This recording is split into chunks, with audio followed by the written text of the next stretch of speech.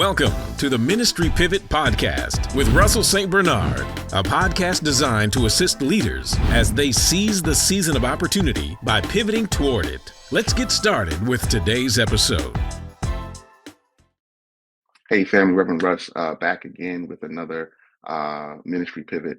Again, super excited that you decided to join us, whether it's tonight, whether it's early in the morning, whether it's midday, whether you're on the gym, whether you're watching or listening. Again, I know many of you listen to this podcast now, so super excited about that. But wanted to share, wanted to talk about a follow-up to culture. Last time we talked about what is your culture. I left you thinking about what it was that your culture was or how your culture functioned. And I really encourage you to go back and listen to the last episode. If you just jumped onto this one, listen to the last one. These are not intended to be long, as you know. These are intended to be short for you to be able to consume them, do them, and kind of move forward.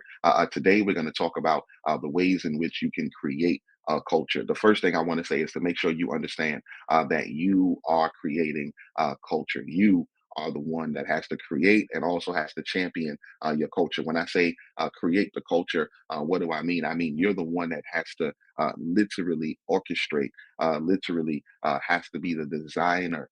If you are the founder, if you are the CEO, if you are the senior pastor, if you are the senior leader, if you are the one, you have to be able to do that. If you aren't the one, you also are empowered to be able to help with culture. Obviously, you have to talk with the person that is the senior leader to make sure they understand the things in which you're trying to implement. But what I'm trying to say is that it's not somebody else's job to create the culture that you think would help the business, help the organization thrive the most. It is actually your job to help the business do that. It is actually your job to help the org do that. It's actually not just your job, your mandate. I would even say it is a part of the call that you have is to be able to help create the culture. And why it's so important is because if the organization does not have the correct culture, many of the bottom lines, many of the outcomes, many of the things that the organization wants to do will not fully hit its aim. That's actually going to be one of our first points that we talk about. Will not fully hit its aim because the culture will have some leaks. We'll have some cracks. We'll talk about that in the next podcast, culture leaks and culture cracks. But what I want to talk about for now is that you are the main person that creates the culture. How do you create the culture? How do you make sure that the culture, people feel the way you want them to feel? People feel who are a part of the business and people who are being impacted by the business, that they feel, because that is all a part of culture. How do people see you online? How do people embrace you online? That is also all a part of culture. How do you make sure that the culture that people are embracing? How do you make sure the culture that people are feeling is also the culture that you have a system in order to keep going? You have a system to fuel. You have a system to feed. So the first point, three quick things. I'm a preacher, so of course I have three, and of course they all start with A. Don't judge me. But the first one is that if you're going to create a culture that is a sustaining culture, you have to have a aim.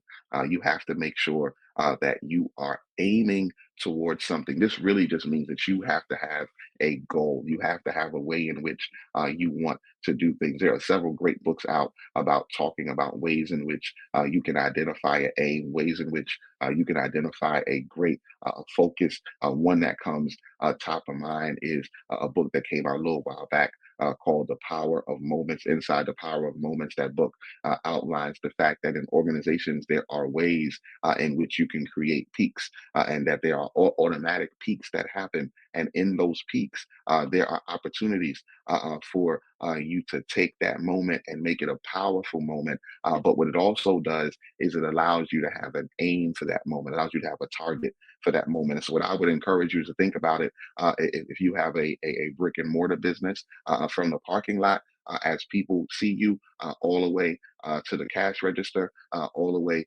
back to their car again, or back to their way of getting there again and their way out, that you have it where people are able to understand that these are the things we're trying to do along the way. This is the aim. This is the aim. You cannot have a clear win in culture. You cannot have a clear winning culture, rather, if you don't have a clear win in the culture. I'm going to say it again and explain it. You cannot have a clear winning culture if you don't have a clear win in the culture. What I mean by that is you can't say that we're winning if you don't have aims along the way that show you the ways in which you, and you have to have targets. You have to have ways. The NBA is on, and the NBA is great. But the game would not be great if baskets didn't count. If people, when they shot the basket, didn't count for certain points, the game wouldn't be great if the clock went on forever and there was no way to end the game, or it wasn't. If you get to a certain point, you're done. How do you evaluate? How do you know the ways in which you are winning? And that's what I mean by this first one. You create the culture by the way you aim. Secondarily, you also create the culture by the way in which you enact, or the way in which you act. So the first one is aim. So aiming. The second one is acting. So now that you have an aim, then you put the process in place for people to actually do, for people to act, to actually do the aim in which you set out.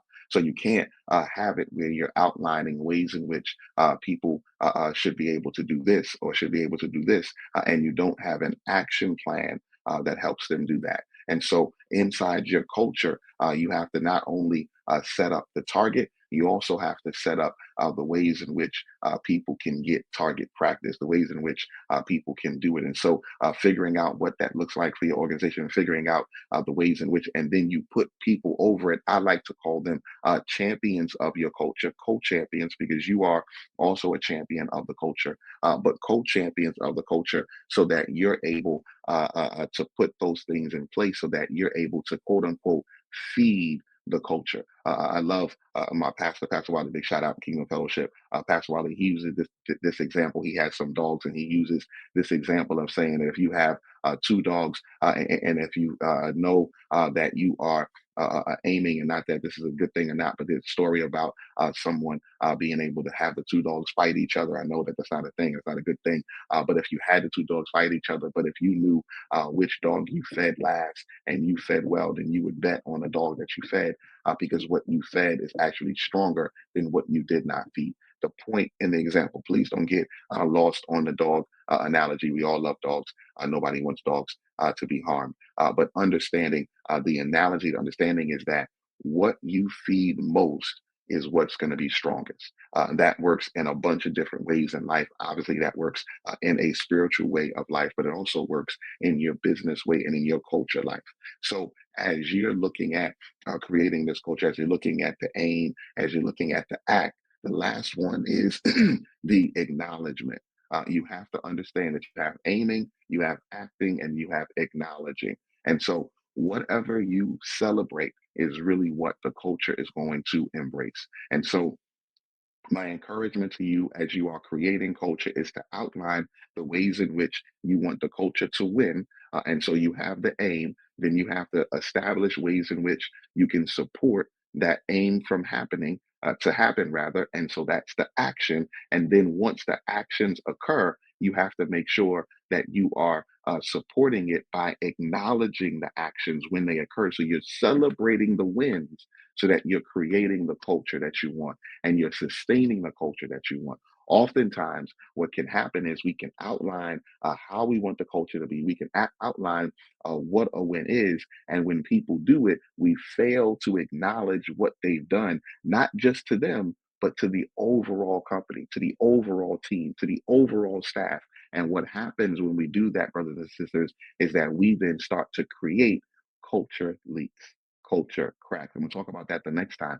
But for this time, I want us to acknowledge that you create the culture. You are the champion. You have to enlist co-champions with the culture. But the first thing you have to make sure you do is you have to outline the aim. You have to give them the target. Then you have to line things up so that it matches the targets that they can have in action, and they can be action oriented toward it. And then once those actions are done, you have to make sure that you acknowledge and you celebrate. Now, when the actions aren't done. You also have to acknowledge it so that you can flip it to be able to get the outcome the next time that you're looking toward. Again, I hope this helps. Culture is such an important thing as we live, as we deal in leadership, as we deal in life, as we deal in all of the things that we've been blessed to be able to carry. We have to make sure that our culture is strong and that we're creating a sustaining culture. Thank you all for getting on today to Ministry Pivot.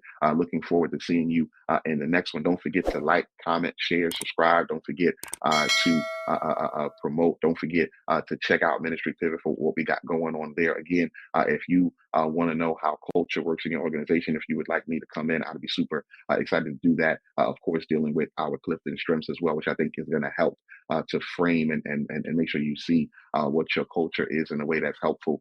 Let me know. But again, looking forward to seeing what's going to happen next with you and your organization as we understand that this is our season of opportunity.